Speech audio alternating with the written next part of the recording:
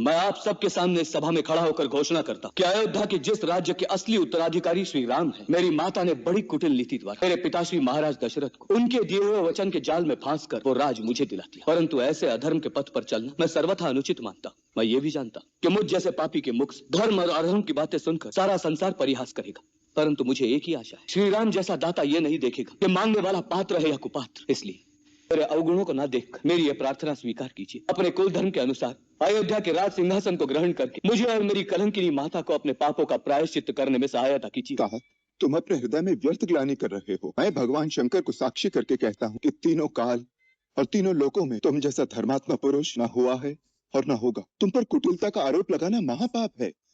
तुम्हारे जैसे महात्मा का नाम स्मरण करने से ही पाप, प्रपंच और समस्त अमंगल मिट जाते हैं। मेरे भाई, इन भावनाओं से ऊपर उठकर केवल इतना सोचो कि हमारे महान पिता ने माता कैकेयी को दिए हुए जिस वचन के लिए न केवल मुझे त्याग दिया, परंतु मुझे त्यागने के दुख में अपने प्राण भी त्याग दिए, ऐसे सत्यवादी पिता के वचन को हम चारों भाई निभाएं या उनके स्वर्गवास के पश्चात उनके वचन का निरादर करके उन्हें झूठा प्रमाणित कर दें।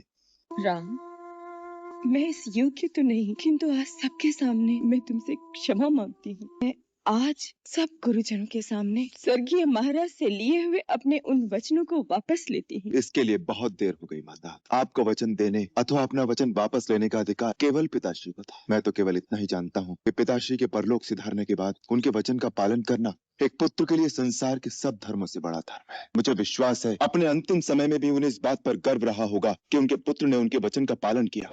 हे पार्थ, तुम तो मेरे भक्त भी हो और मेरे मित्र भी, इसलिए मैं तुम्हें वो योग बताने जा रहा हूँ जो बहुत समय से लुप्त है, परंतु सृष्टि के आरंभ में इसे मैंने ही सूर्य को दिया था। सूर्य को दिया था? आपने ये योग सूर्य को दिया था? परंतु हे केशव, आपने आधुनिक काल में जन्म लिया है और सूर्य देव प्राचीन है, तो मैं ये कैसे मान लूं?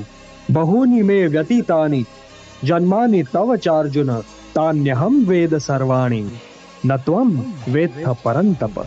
हाँ पार्थ, मेरे और तुम्हारे बहुत से जन्म हो चुके हैं, मुझे वो सारे जन्म याद हैं, परंतु तुम्हें याद नहीं है। हे परंतप, वैसे तो मैं अजन्मा हूँ, अविनाशी हूँ और समस्त प्राणियों का स्वामी हूँ, परंतु मैं अपनी प्रकृति को अधीन करके अपनी ही योग माया से प्रकट होता रहता हूँ।